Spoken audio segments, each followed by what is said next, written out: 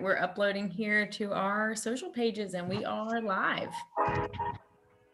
Awesome. Thank you for that, Liz. Hey, Bunker Labs virtual community. Thank you so much for tuning in today to another How to Start a Small Business Office Hours with Mike Stedman. My name is Jada Nickham, and I'm your virtual community director. And today we're going to talk about creating your value proposition for your startup business. How are you doing, Mike? I'm doing good, Jada. Happy to be here. Good, thank you. So for those of you who have never came to an office hours with Mike Stedman before, welcome. This is our second office hours that we posted, and we're going to be doing it bi-weekly and all the way into 2021. So this is a good time to not only learn something new, but to also ask Mike questions live.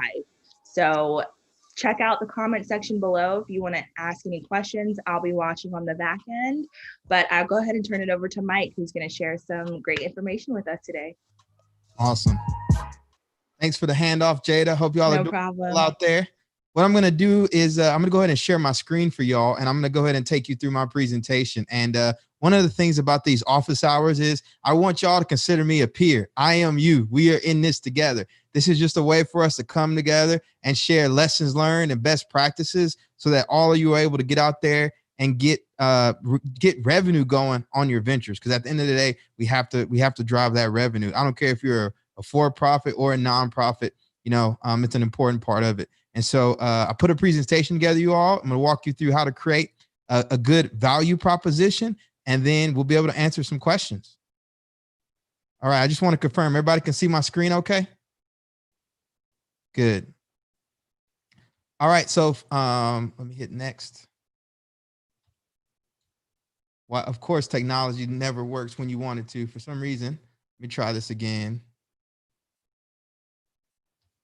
All right. Perfect. All right. For those of you who don't know me out there, my name is Mike Stedman, and I'm the founder and CEO of Ironbound Boxing. I host a podcast called Confessions of a Native Son. I also have a podcast for Bunker Labs called The Transition. I'm a Marine infantry officer, social entrepreneur, and consider myself an organic branding ninja. But more importantly, I'm your peer within the Bunker Labs community. Before we begin today's session, I have one humble ask for you. I ask that everyone go ahead and subscribe to The Transition podcast on iTunes, Spotify, Stitcher, or whatever hosting service, whatever your favorite podcast hosting service is. I'd also greatly appreciate if you left us 5 stars and a review. This is just great visibility for Bunker Labs and the community so that people who are out there searching for understanding this entrepreneurial ecosystem and how to navigate in it, we really want them to be able to get access to our resources. So if you could subscribe to this show and give us 5 stars, I greatly appreciate it. All right. So the agenda for today's office hours, the first thing we're going to go through is we're going to go through the value proposition.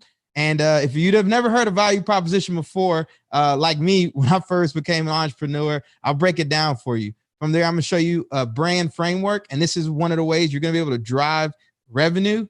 We're going to do a quick practice application, and then I'm going to answer your questions. Okay. Typically, while I'm doing my presentations, I have my Facebook screen up as well so I can see your questions. But I'm going to go through the presentation first, and then I'll pull up Facebook so I can see those of you who are active in the Launch Lab online group.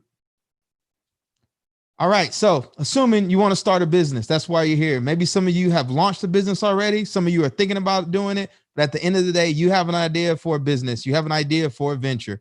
Okay. For some of you out there, it might be a boutique consulting firm. I've seen some of those pop up in the Launch Lab online group. You want to do some social media marketing. Maybe you want to start a food truck. When I got into the game, I just wanted to start a free boxing gym for the community.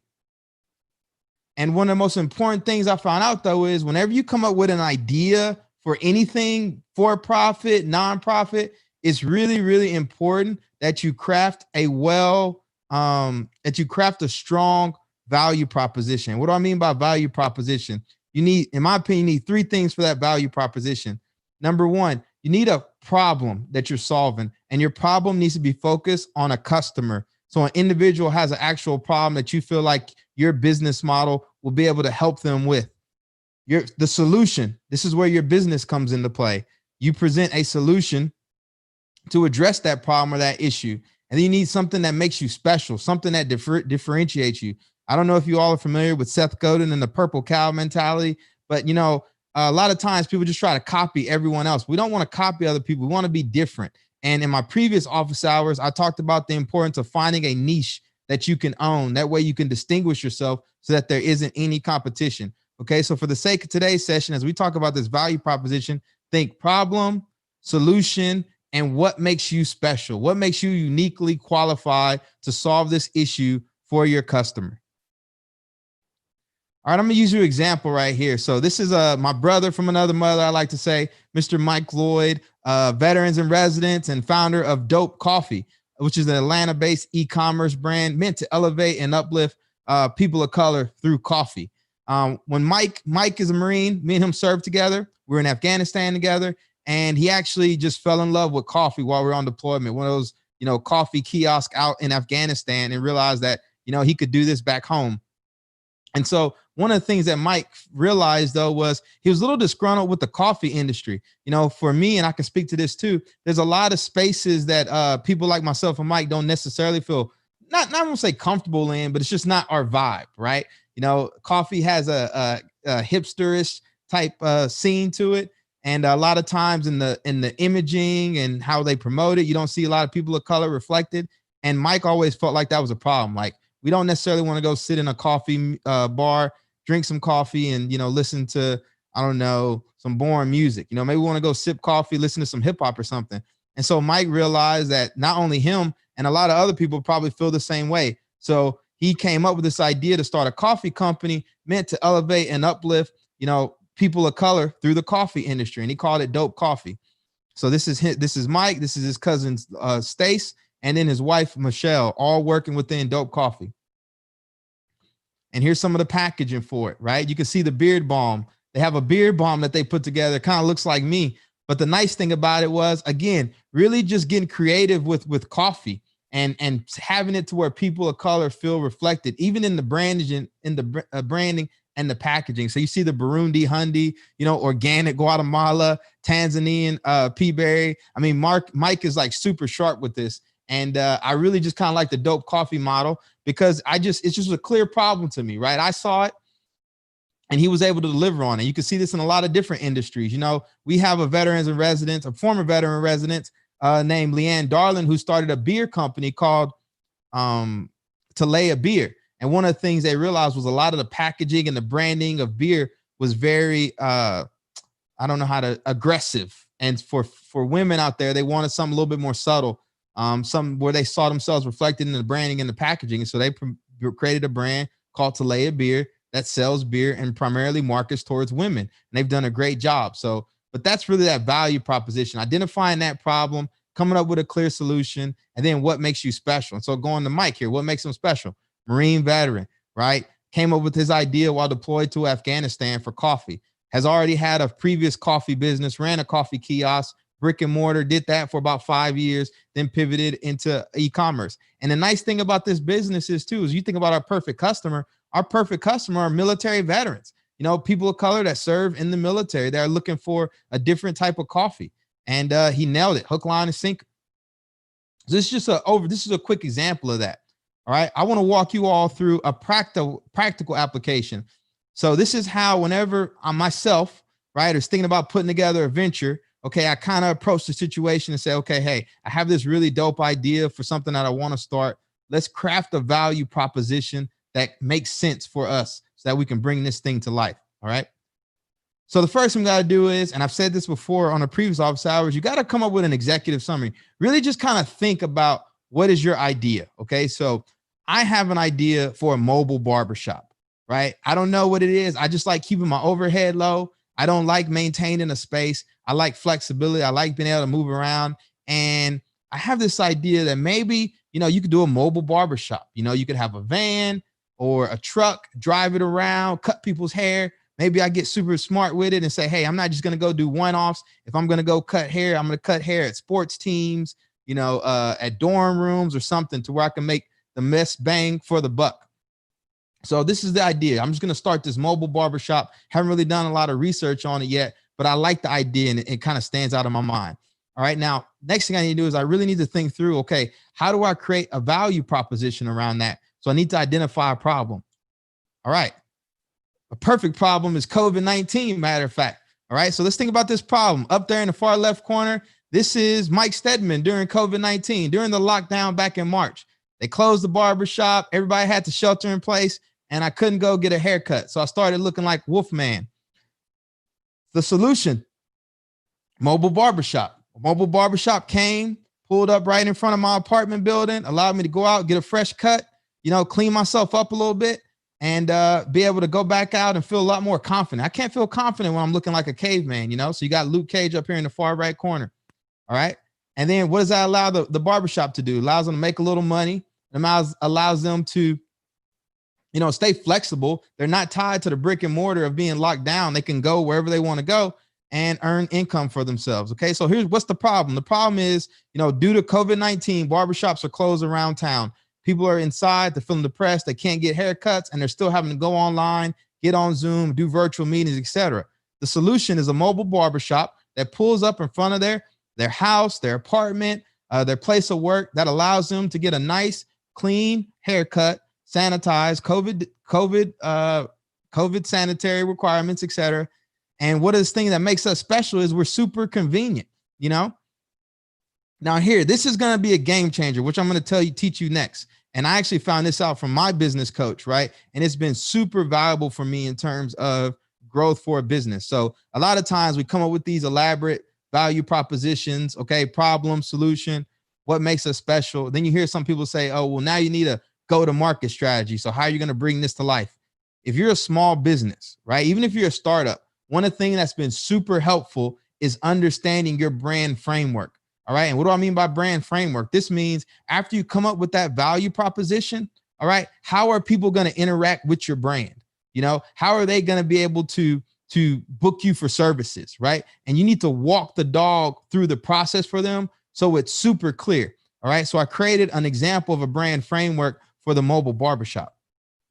All right. Brand framework. Step one, I make a 3-step process. Step one, book an appointment. All right. Step two, await our arrival. And step 3, get your haircut looking fresh and confident, right? Super simple. Okay. But what it does is it lays out that process. So now you can actually monetize this value proposition that you came up with, because at this point early on too, it's still just a hypothesis. Okay. So we don't really know yet whether or not this is a good business model, but we need to test this business model and validate that it works. Okay. So in order to do that, though, we do need a framework for how this thing is going to work. In the perfect scenario, how do I envision this thing working? Like super simple, doesn't cost a lot of overhead. I'm just thinking through the process. Hey, somebody's going to book an appointment. We're going to drive to their location and we're going to cut their hair, and we're going to charge them, $25 a haircut since it's mobile, et cetera, maybe 30 or whatever. Maybe we lower prices, if it's a larger group. I don't know. But this is how somebody interacts with the mobile barbershop brand. All right. Even if you don't have something like this, you need to think of, lay out the step-by-step process it's going to take for someone to go from prospect to customer, and walk the dog through that and keep it simple. Keep it super simple. Okay. So now we got that value prop. We got the brand framework. And now the next thing you got to do is you got to get a paid client. Before you invest all this time into building out this elaborate business model, getting your crazy website up and hiring a developer and this and that, please, please, please, I'm telling you, get a paid client. Do not get a paid client from your grandma, your uncle, nobody like that. You need to go out there and actually validate that somebody is willing to pay you for this product or service that you're pitching them. And once they pay you, it's going to give you a validation of the price points you're setting. Because if I charge $25 and I'm trying to get an appointment, people are saying, hey man, I can't pay that. That's too much money. I don't have it. Right. That might let me know after I test a bunch of different verticals that, hey, maybe that's not a good price point. But if I go cut somebody's hair for $25 and they tip me additional $10, maybe that's a $35 haircut right there. So just thinking through this process. But the only way we know this stuff is if we test and we validate. So I'm begging you, if there's one thing you take away from this presentation, I want you to please, please, please get a paid client sooner rather than later, before you waste a lot of time, money, and energy. Another thing I want you to think about is you do this value proposition. Okay. When you confuse, you lose. All right. If you're a small business owner, one of the things that I see us make the mistake with a lot is we act like we're a startup. And so we'll name our companies, lovingly or smartly or something crazy like that. But nobody has any idea what that is, right?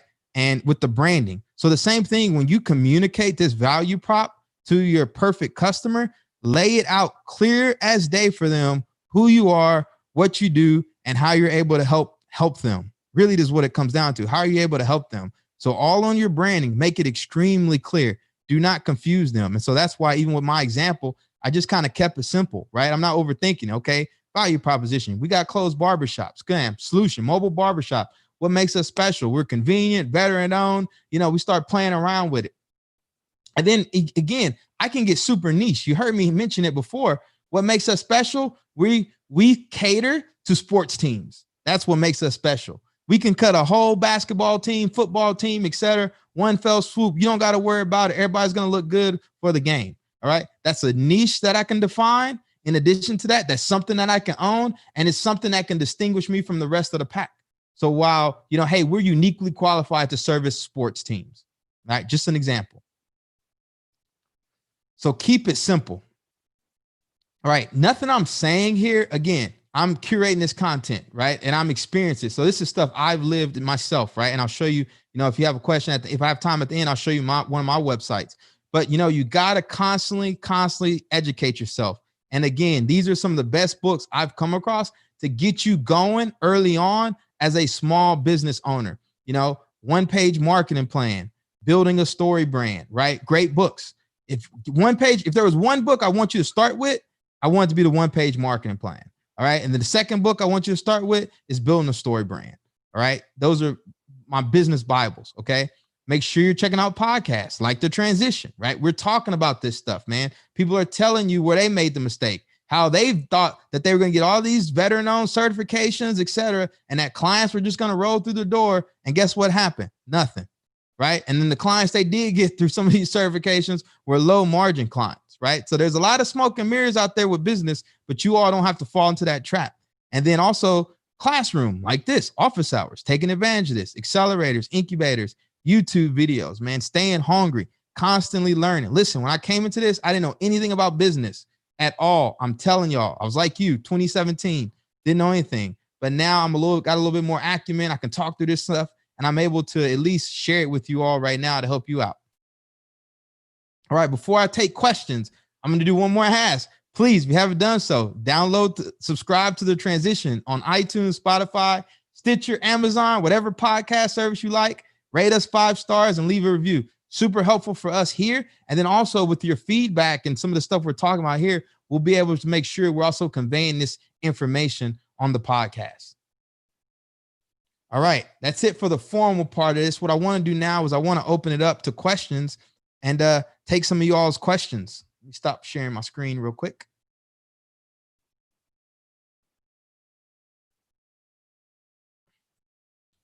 Sorry, y'all. I'm just taking a moment to pull up Facebook and see what questions we got.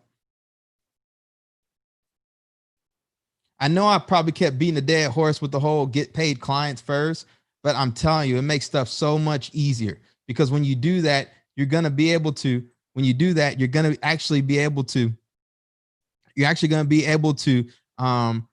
get revenue going, man. That's the most important thing. You can't do it if you don't have any revenue.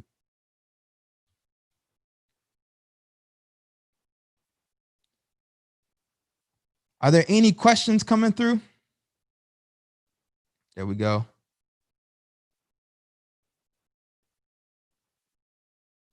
While we're waiting on that, I don't see any questions coming through. I'm going to show you an example. Okay. So this is a super simple website I built myself for one of my companies. And I'm going to show you what I mean by articulating that value prop. All right. So one of the things I started getting into was producing podcasts. Okay.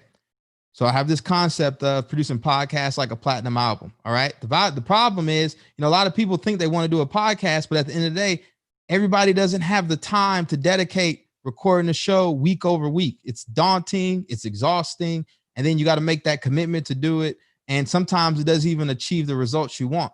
So one of the things I've come up with is this idea of podcasting like a platinum album, where an album is a hit, 30 years later, you know, you just put it on repeat. You play it over and over again. So can we not do podcasting in the same way? And so when I think about how I'm articulating my value proposition, you know, I let them know right up front, hey, we create, distribute, and grow a limited series podcast for companies and organizations. This goes back to what I was saying about being extremely clear and trying not to confuse. Too often, I think people try to get too elaborate when they think about what their offerings are for their business, you know, especially in the early stages. Because remember, we're still testing right now. If you've already got a bunch of clients and you're over 100K plus in revenue and you're off to the races, all right, that's one thing. But if you're just kind of starting out and let's say you're working full time and you're starting this side hustle and you want it to get legs before you can transition from the full-time role into your side hustle full time, you know, then you really need to get active.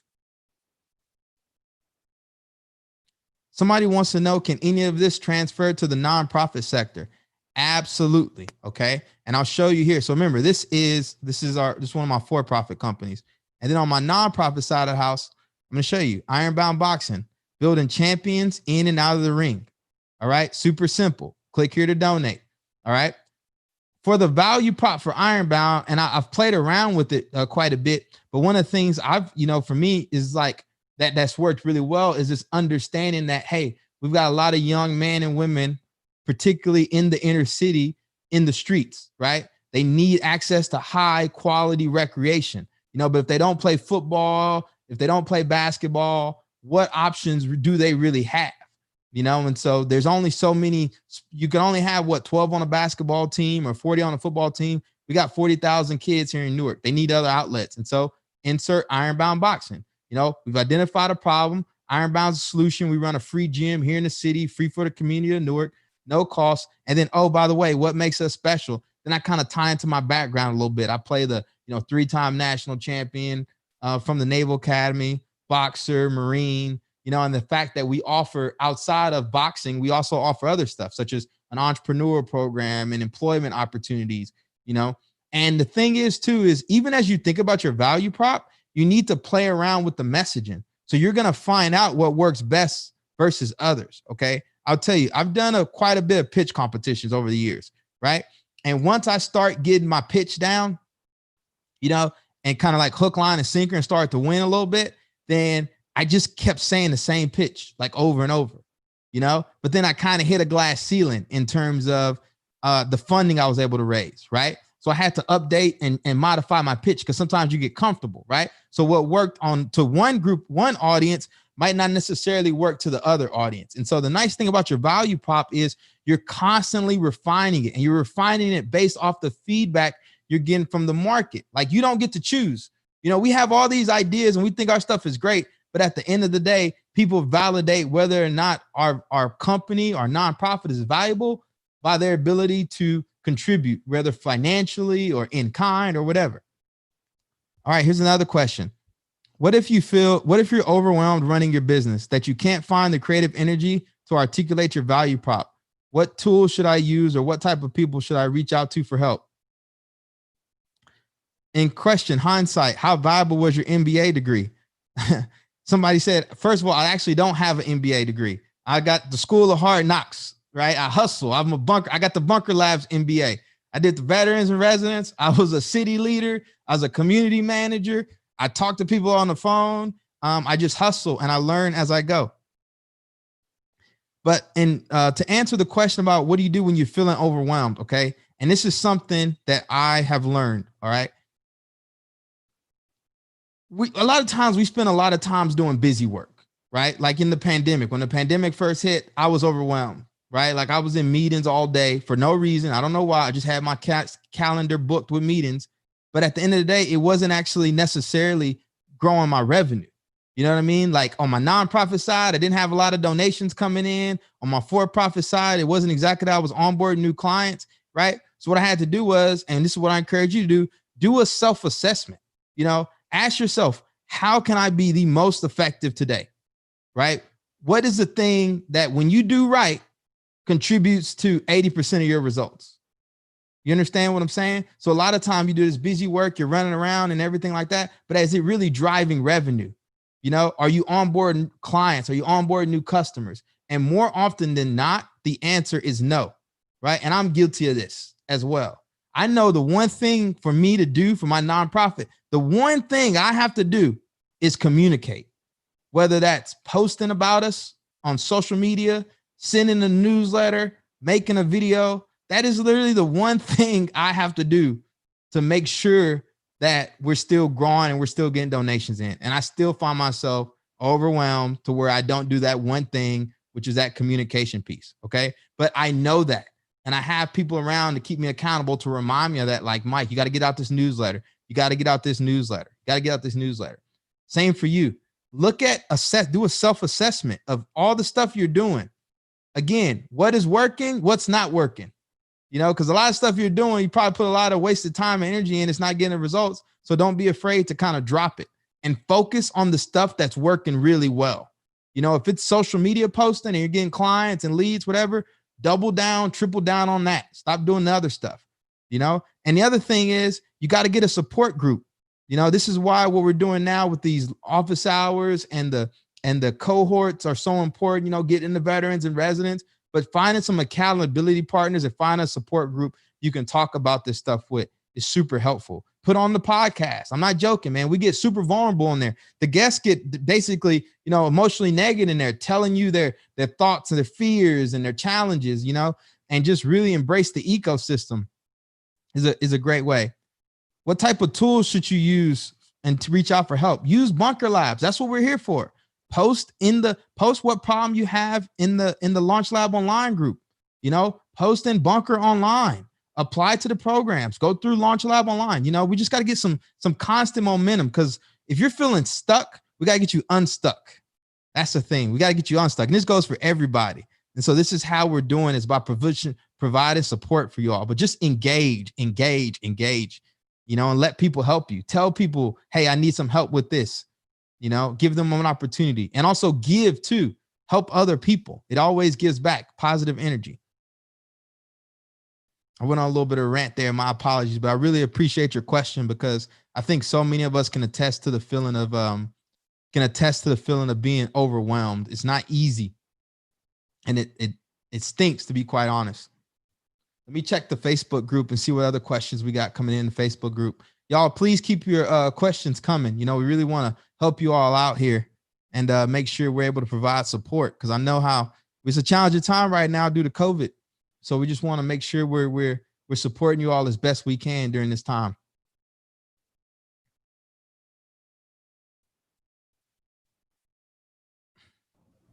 Jade is jumping back on. Thanks for that, Mike. I feel like the power of asking for help is one of the biggest hurdles that within my experience of being in the Bunker Labs community from the Veterans and Residents program, asking for help is probably the number one step when it comes to growing your business. So I appreciate you touching on that. And then also the fact that you have to give to also receive, because that's also a big part of it.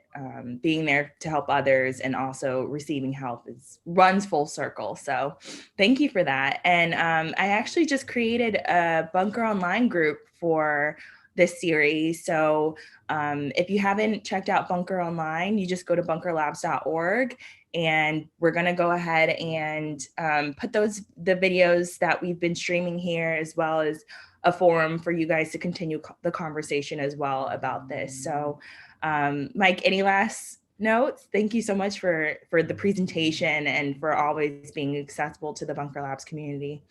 No, just please engage, keep us engaged. You know what I try to do on mine, I try to drop at least one post a week on the Launch Lab Online group and on the Bunker Online, but just engage and ask questions. And if we can help, you know, let us, please.